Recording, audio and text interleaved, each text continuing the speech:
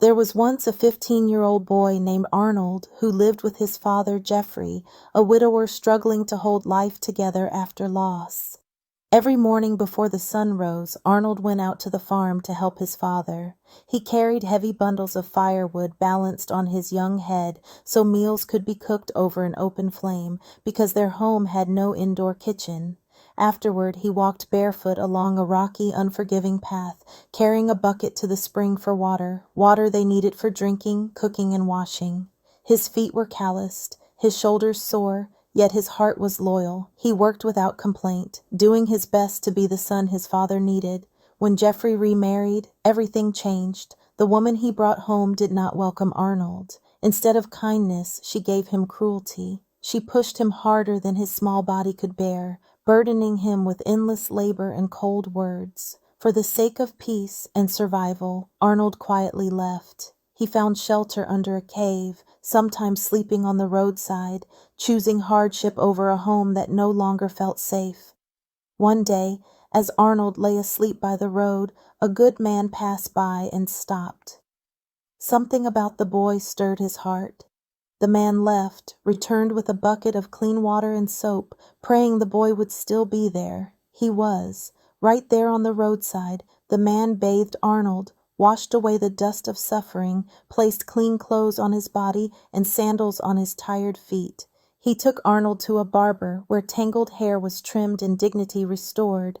Then he brought him to the finest restaurant Arnold had ever seen, and for the first time in a long while, the boy ate until he was full.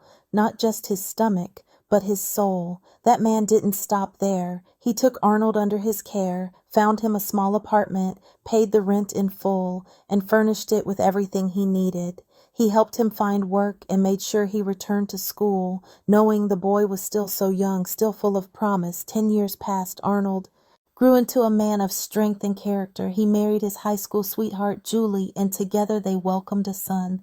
Life had come full circle, but the man who had once rescued Arnold fell gravely ill. He could no longer walk. When Arnold learned of this, he did not hesitate. By then, Arnold had saved enough money to buy the building where he once worked, turning it into a thriving business. He sent men out to search for Jeffrey, the man he now called father.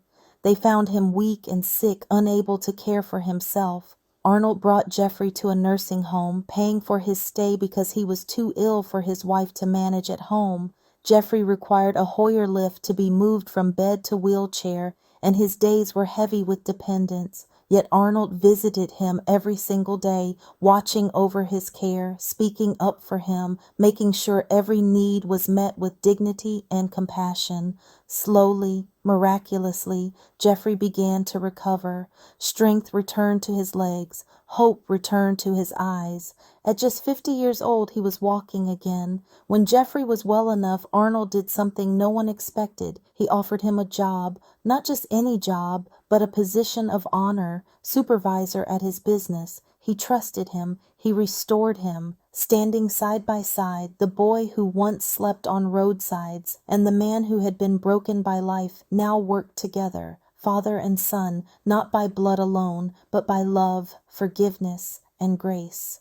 Arnold never forgot where he came from, and Jeffrey never forgot the son he almost lost. In the end, they didn't just rebuild a life, they rebuilt a family.